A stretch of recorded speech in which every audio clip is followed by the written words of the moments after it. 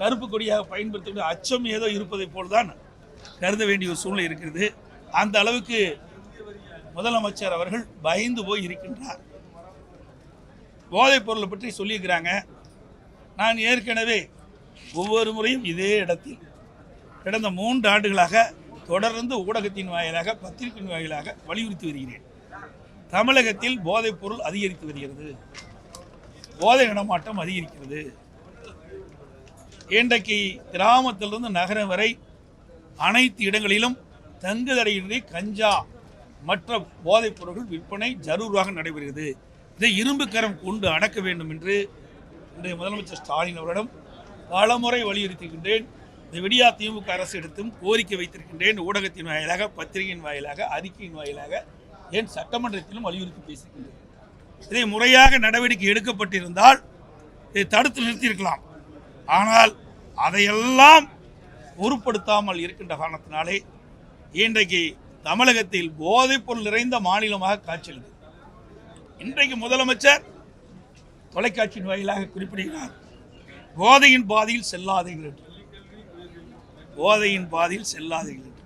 இதை நாங்கள் குறிப்பிடுகின்ற பொழுதே 3 ஆண்டுக்கு முன்பே இந்த அரசு எச்சரிக்கையுடன் செயல்பட்டிருந்தால் இன்றைக்கு இளைஞர்கள், மாணவர்கள் பாதிப்புக்குள்ளாயிருக்க மாட்டார்கள். இன்றைக்கு எல்லாமே போதைக்கு அடிமையாயிட்டாங்க. இப்படிப்பட்ட நிலையில்தான் இன்றைக்கு முதலமைச்சர் வேண்டுகோள் வைக்கிறார். ஒரு செயலற்ற அரசாங்கத்தை தான் இன்றைக்கு பார்க்கப்படுகிறது. அது மட்டுமல்ல, இந்த கஞ்சா போதையினால் இன்றைக்கு இளம் வயதினர்கள், இளைஞர்கள் கடுமையாக பாதிக்கிறாங்க. இந்த கஞ்சா போதையினால்தான் சிறுமிகள், பெண்கள், வயதான பாட்டி கூட பாலியல் கொடுமைக்கு ஆளாக்கப்படுகிறது. இந்த ஆட்சியில் தான் சிறுமி முதல் பாட்டி வரை பாலியல் வன்கொடுமைக்கு ஆளாகின்ற ஒரு மாநிலமாக தமிழ்நாடு விளங்குகிறது. இது மிக மிக கேவலமானது, வெட்கக்கேடானது என்பதை நேரத்தில் பதிவு செய்ய விரும்புகின்றேன். அது மட்டும் இல்லாமல் இந்த ஆட்சியை பொறுத்த வரைக்கும் இந்த மேதக ஆளுநர் என்பது இன்றைக்கு மாறி போய் இன்றைக்கு சபாநாயகர் உரையாக மாறிடுது. இந்த உரையில் பார்ப்பதற்கு காற்றடித்த பலூன் போல் பெரிதாக உள்ளதை தவிர, பார்ப்பதற்கு காற்றடித்த பலூன் போல் பெரிதாக இருப்பதை தவிர உள்ளே எதுவும் இல்லை. ஆளுநர் உரை மாற்றப்பட்டு இன்றைய தினம் சபாநாயகர் உரையாக காட்சியளிக்கின்றது. இந்த உரையில் திமுக அரசின் சுய விளம்பரம் தேடிக்கொண்டிருப்பதை தவிர இதில் வேறு எதுவும் இல்லை. சார், நாங்கள் தான் பதாகை எடுத்துக்கிட்டு போய் இந்த அரசுடைய கவனத்தை ஈர்க்க வேண்டும். இனியும் இந்த அரசு தூங்கிக் கொண்டு இருக்கக்கூடாது என்ற விழிப்புணர்வை ஏற்படுத்த வேண்டும் என்று தான் இந்த பதாகை கொண்டு போகணும். யார் அந்த சார்? ஏன் இந்த அரசு பதட்டப்படுது? மாற்றி மாற்றி அமைச்சர்கள் அறிக்கை விட்டுட்டு இருக்கிறாங்க. யார் அந்த சார் என்று கேட்டால் இவங்களுக்கு ஏன் இவ்வளவு கோபம் வருது? இன்றைக்கு பாலியல் வன்கொடுமைக்கு சம்பந்தப்பட்டவர்களை சட்டத்தின் முன் நிறுத்தப்பட்டு அவர்களுக்கு உரிய தண்டனை பெற்று தருவது இந்த அரசுடைய கடமையா இருக்கணும். ஆனால் யாரையோ காப்பாற்றுவதற்கு இந்த அரசு முயற்சி செய்வது என்பதுதான் மக்களுடைய சந்தேகம். அதனாலதான் இன்றைக்கு ஒட்டுமொத்த தமிழகம் மட்டுமல்ல, இந்தியாவையே யார் அந்த சார் என்று கேட்கின்ற அளவிற்கு மக்களுடைய குரல் ஒலித்திட்டு இருக்கு. சார், இப்போ ஒவ்வொரு ஆண்டும் அரசு தயாரித்து கொடுக்கக்கூடிய முறையை தான் ஆளுநர் வாசிக்கிறது மரபாவே இருக்கு. இந்த முறை ஆளுநர் முறையை முழுமையா புறக்கணிச்சுட்டு போயிருக்கிறது முன்னாள் முதலமைச்சரை நீங்க எப்படி பாக்குறீங்க? ஆளுநர் புறக்கணித்து போல திட்டமிட்டு ஆளுநரை உரையாற்றக்கூடாது என்று ஒரு நோக்கத்தோடு செயல்பட்டுக்கிறாங்க. அவங்க என்ன சொல்றாங்கன்னா, தமிழ் தாய் வாழ்த்து தேசிய பாடாதனாலதான் போராண்டாங்க. ஆனா இங்கே வந்து தமிழக அரசுடைய மரபுப்படி என்ன சொல்றாங்க, தமிழ் தாய் வாழ்த்து முதலிலும் கடைசியா வந்து தேசிய கீதம் பாடுவது மரபுன்றாங்க. நீங்க இல்லை, ஒவ்வொரு முறையும் உங்களுக்கு ஊடகத்துக்கும் பத்திரிகைக்கும் வெளியிட்டு தான் இருக்கிறாங்க. அது ஒவ்வொரு முறையும் என்ன மரபை கடைபிடிக்கிறாங்களோ அதே முறையை தான் நம்முடைய தமிழ்நாடு சட்டப்பேரவை கடைபிடிச்சிட்டு வருது.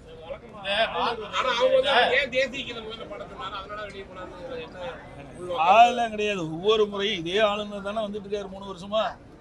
அதே நடைமுறை தான் இருக்குது. அதில் மாறுபட்டது எதுவும் இல்லையே. சரி, இப்போ நீங்க வந்து இந்த அண்ணா யூனிவர்சிட்டி விவகாரமா வந்து எல்லாமே போய் அவங்க ஆளுநரை சந்திச்சுட்டு இருக்காங்க. நீங்க சரியா போராட்டம் நடத்திட்டு தான் இருக்கீங்க. இப்போ ஆளுநர்கிட்ட வந்து மேல வந்து என்ன அதாவது நான் ஏற்கனவே 2-3 முறை இந்த திராவிட முன்னேற்ற கழக அரசின் அவலங்களை ஆதாரத்தோடு மேதக ஆளுநரிடம் சமர்ப்பிச்சோம். அதுக்கு எந்த நடவடிக்கை இல்லை. அதனால சட்டப்பூர்வமா நடவடிக்கை எடுக்க வேண்டும் என்ற அடிப்படையில் தான் அனைத்திந்திய அண்ணா, நீங்க எல்லா பத்திரிகை ஊடக நபர்லயும் ஒரு தவறான செய்தி வெளியிட்டிருக்கிறீங்க. ஒரு சில ஊடகத்தை இது தானாக நீதிமன்றம் வந்து இந்த அண்ணா பல்கலைக்கழக மாணவி வழக்கை எடுக்கல. அனைத்து இந்திய அண்ணா திராவிட முன்னேற்ற கழகத்துடைய பெண் வழக்கறிஞர் திருமதி வரலட்சுமி என்பவர், வரலட்சுமி என்பவர்கள் இன்றைக்கு ஒரு ரிட் மனு தாக்கல் செஞ்சு அதன் மூலமாகத்தான் நீதிமன்றத்தில் விசாரணை வந்து அதன் அடிப்படையில் தான் தீர்ப்பு வழங்கப்பட்டு இன்றைக்கு 3 IPS பெண் அதிகாரிகள் நியமிக்கப்பட்டு இந்த விசாரணை நடந்துகிட்டு இருக்குது. ஆக அனைத்து இந்திய அண்ணா திராவிட முன்னேற்ற கழகத்தின் சார்பாக தொடுக்கப்பட்ட வழக்கின் அடிப்படையில் தான் இந்த விசாரணை நடந்துகிட்டு இருக்குது. உண்மையாக நேர்மையாக பாதிக்கப்பட்ட மாணவிக்கு நீதி கிடைக்க வேண்டும் என்ற அடிப்படையில் தான் நாங்கள் வழக்கு தொடர்ந்தோம். ஏன்னா இந்த அரசாங்கத்தை நம்பி பிரயோஜனம் இல்லை. ஏற்கனவே அண்ணா நகரில் 10 வயது சிறுமி பாலியல் வன்கொடுமைக்கு ஆளாக்கப்பட்டு அண்ணா நகர் அனைத்து மகளிர் காவல் நிலையத்தில் புகார் கொடுத்து நடக்கல. அதுக்கு பிறகு கோயம்பேடுன்னு நினைக்கிறேன், கோயம்பேடு காவல் அனைத்து மகளிர் காவல் நிலையத்தில் அந்த புகார் அங்கே வந்து மாற்றி அமைக்கப்படுகிறது. அந்த அண்ணா நகர் காவல் நிலையத்திலிருந்து அனைத்து மகளிர் காவல் நிலையத்திலிருந்து அந்த வழக்கை மாற்றி கோயம்பேடு அனைத்து மகளிர் காவல் நிலையத்தில் மாற்றுறாங்க. அப்பவும் அங்கே நடக்கல.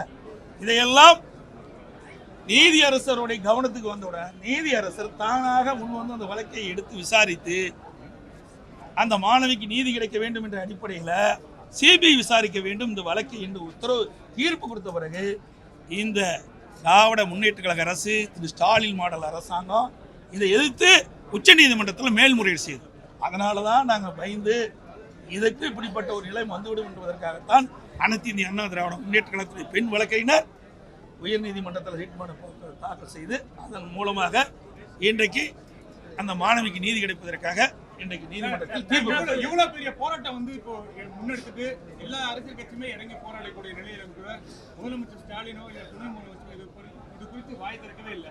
நீங்க அவையில கேளுங்க, ஏன் அதை கேட்க மாட்டேங்க? அந்த கேள்வி அங்க கேளுங்க. இப்போ நாடே பதறி போயிருக்குது. இன்றைக்கு பெண் குழந்தையை பெற்றெடுத்த ஒவ்வொரு குடும்பத்தை சேர்ந்த பெற்றோர்களும் கொதிப்படைந்திருக்கின்றார்கள். அண்ணா பல்கலைக்கழகம் என்பது ஒரு அடையாளம். இன்னைக்கு தமிழ்நாட்டுடைய பல்கலைக்கழகத்துக்கெல்லாம் ஒரு அடையாளமாக திகழ்வது அண்ணா பல்கலைக்கழகம். இன்னைக்கு புகழ்பெற்ற பல்கலைக்கழகம். இந்த பல்கலைக்கழகத்தை படித்தவர்கள் அறிஞராக இருக்கிறாங்க. இன்றைக்கு இந்த நாட்டுக்கு வழிகாட்டியாக இருக்கக்கூடிய உயர்கல்வி படிக்கக்கூடிய பொறியியல் கல்வி படிக்கக்கூடிய மாணவ மாணவிகள் எல்லாம் ஒரு தரமான கல்வி மூலமாக அண்ணா பல்கலைக்கழகம் அடையாளம் காட்டப்பட்டது. அப்படிப்பட்ட பல்கலைக்கழகத்தில் ஒரு பெண் பாலியல் சீண்டலுக்கு உட்படுத்திருக்கான்னு சொன்னா இந்த அரசாங்கம் என்ன செய்ய வேண்டும்? இந்த முதலமைச்சர் உரிய முறையில் நடவடிக்கை எடுக்க வேண்டும். எதையுமே சொல்லல. தப்பு இருக்குது, குற்ற உணர்வு இருக்குது. அதனாலதான் அவர்களால் பேச முடியும்.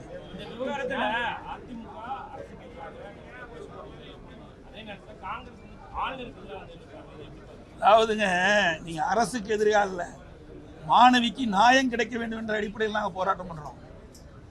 அரசாங்கம் இந்த வழக்கை தட்டி கழிக்க பார்க்குது, உண்மை குற்றவாளியை காப்பாற்ற பார்க்கின்றது. உண்மை குற்றவாளிகள் வெளிச்சத்துக்கு கொண்டு வர வேண்டும், உண்மை குற்றவாளி தண்டிக்கப்பட வேண்டும். இனி இப்படிப்பட்ட சம்பவம் தமிழகத்திலே நடைபெறக்கூடாது என்ற அடிப்படையில் அதிமுக செயல்பட்டுக் கொண்டிருக்கிறது.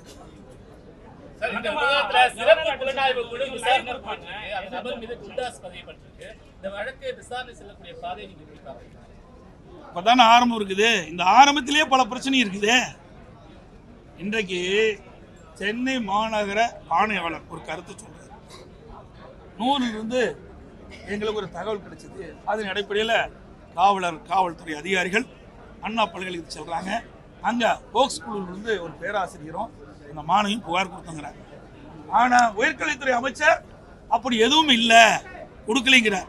ஆக இப்படிப்பட்ட முரண்பட்ட கருத்து வருகின்ற காரணத்தினால்தான் இதில் பெரிய சந்தேகம் ஏற்படுகிறது.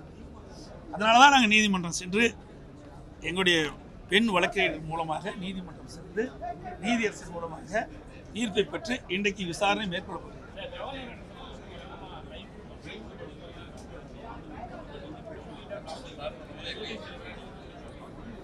எதிர்கட்சி தலைவரை நீங்க தான் சொல்றீங்க. சட்டமன்றத்தில் எங்க எதிர்கட்சி தலைவர் பேசுறது ஒளிபரப்புறாங்க கிடையாது, என்னடதான் எடிட் பண்ணிடுறாங்கல்ல.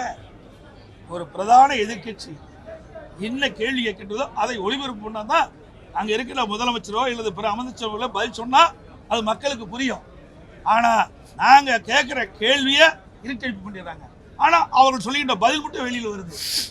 எல்லாத்துக்குமே இருட்டடிப்பு தான். இந்த அரசாங்கமே இருக்குதா இல்லையாங்கிறது தெரியல. இந்த அரசாங்கம் சரியா செயல்படுதா இல்லையா என்று ஊடக நபர்களும் பத்திரிகைகளும் மக்கள் தான் தீர்மானிக்கணும். சார், இந்த ஆட்சியில தான் போராட்டத்துக்கு நாங்கள் அதிகமாக அனுமதி கொடுத்துருக்கோம் அப்படின்னு சொல்றாங்க. ஆனா இப்ப வரைக்கும் இந்த போராட்டத்திற்கு அனுமதி கொடுத்தாங்க. இந்த விவகாரத்துல மட்டும் அனுமதி கொடுத்தாங்க. போராட வரமுறை செய்து கைது பண்ணிட்டாங்க. இன்று அதிமுக உட்பட. ஏங்க இப்படி இல்லைங்க, நீங்க தவறான கேள்வி கேட்குறீங்க. ஒவ்வொரு முறையும் போராட்டம் பண்ணிக்கின்ற பொழுது எப்பொழுதுமே அனுமதி கொடுத்ததே கிடையாது. இன்னும் சொல்ல போனா பொன்மலைச்சம்பல் புரட்சி தலைவர் எம்ஜிஆருடைய பிறந்தநாள் விழா, தேதையும் புரட்சி தலைவர் அம்மாவுடைய பிறந்த விழா, அந்த பொதுக்கூட்டத்துக்கு கூட இந்த அரசாங்கம் அனுமதி கொடுக்கறது இல்லை. கரூரில் பார்த்தீங்கன்னா ஒவ்வொரு முறையும் நீதிமன்றம் சென்று பர்மிஷன் வாங்கி தான் கூட்டம் நடத்துகிறோம். இப்படிப்பட்ட அவலம் தான் தமிழகத்தில் இருக்குது. ஆனால் அனைத்து இந்திய அண்ணா திராவிட முன்னேற்ற கழக அரசு இருக்கின்ற பொழுது ஆயிரக்கணக்கான போராட்டத்துக்கு நான் அனுமதி கொடுத்தோம். கொஞ்சம் லஞ்சம் இல்லைங்க, எல்லா ஊடகத்தையும் தெரியும், பத்திரிகையும் தெரியும். நாங்கள் கொள்கை விளக்க குறிப்பிலே நாங்கள் தெரிவிச்சிருக்கிறோம். அனைத்து இந்திய அண்ணா திராவிட முன்னேற்ற கழக ஆட்சி இருக்கின்ற பொழுது இது ஒரு ஜனநாயக நாடு. இந்த ஜனநாயக நாட்டில் ஒவ்வொருவருக்கும் ஒரு உரிமை உண்டு. ஜனநாயக முறைப்படி போராட்டம் நடத்துவதற்கு அனைத்து இந்திய அண்ணா திராவிட முன்னேற்ற கழக அரசில் அனுமதி கொடுத்த அரசாங்கம் அதிமுக அரசாங்கம். இந்த அரசாங்கம் அப்படி இல்லை, எதுக்குமே அனுமதி கொடுப்பதில்லை. கூட்டணி கட்சிக்கே அனுமதி கொடுப்பதில்லை. இன்றைக்கு இடது கம்யூனிஸ்ட் மார்க்சிஸ்ட் கம்யூனிஸ்ட் அதனுடைய முன்னாள் தலைவர் கே பாலகிருஷ்ணன் அவர்கள் ஒரு கருத்து சொன்னார். அவருக்கு ஏற்பட்ட அந்த பாதிப்புக்குள்ளான கருத்தை தான் சொல்றார். அது கூட உரிமை கிடையாது. கூட்டணி கட்சியில் இருக்கின்றவர்களுக்கு இப்படிப்பட்ட நிலைமைனா எதிர்கட்சிக்கு எப்படிப்பட்ட நிலைமை என்பதை மக்கள் உணர வேண்டும்.